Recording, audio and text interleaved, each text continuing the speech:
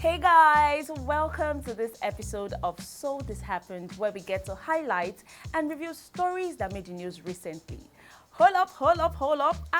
This setup they carry me, they go where I don't know. I love it and I'm sure you do too. My name is Adebimpe Olajiga, your friendly neighborhood reporter. Let's start with the first story. Let me take your mind on a journey to Iran. It's unfortunate that for over a week, a lot has been happening in their lives, and I would like to target a huge moment in history. On the 16th of September 2022, a 22-year-old girl named Masha Amini was arrested by Iran's morality police for not wearing the hijab in accordance with the government's standard. The police said she had a heart attack at the station, fell on the ground, and died after 2 days in coma. While eyewitnesses and women who were detained with Amini said she was severely beaten, and Masha's family has insisted she had no heart problems. Amini's death resulted in a series of large-scale protests across the country, which has gained international attention. And now, we have protesters bravely dancing, cutting off their hairs in public, and burning their headscarves. All this in a country where not wearing the hijab is treated as a crime. They are also seen tearing down the picture of their supreme leader.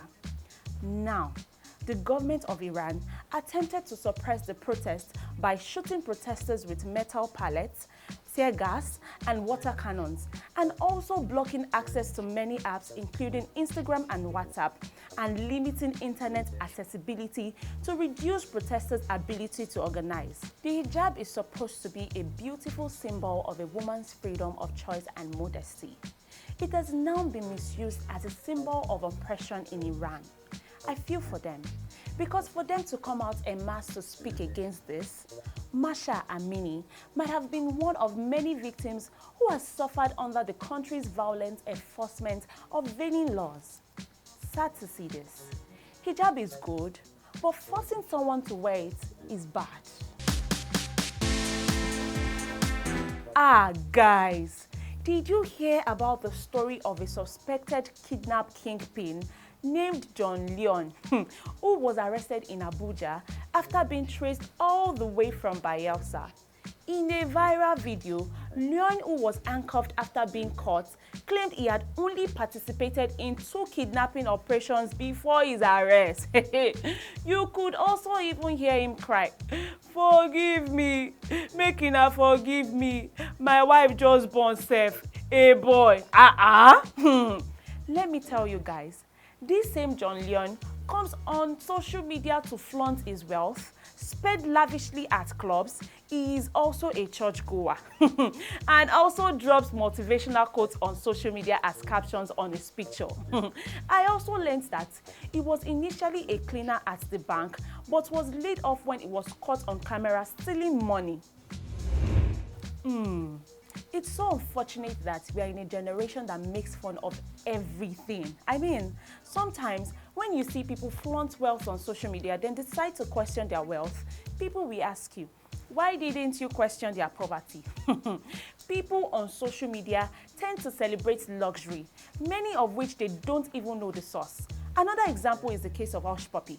Well, I don't blame them, because if they question the source of some people's wealth, others will say they are envious or jealous or only wish they had the same kind of wealth. The same John claimed he got 3.8 million naira from the 80 million naira ransom his ex-boss paid. Is that possible? How will you get 3.8 million naira after masterminding somebody's abduction? Abba now. The line small. Well, I was not there. Are we going to believe him, or will we wait till the court sits? Sometimes people celebrate persons they should actually spit on. Let's be guided and reduce celebrating people with untraceable source of income, because no matter how fast you run or how well you hide, karma will eventually catch up with you. Well, I wish his family the best as his case begins in court.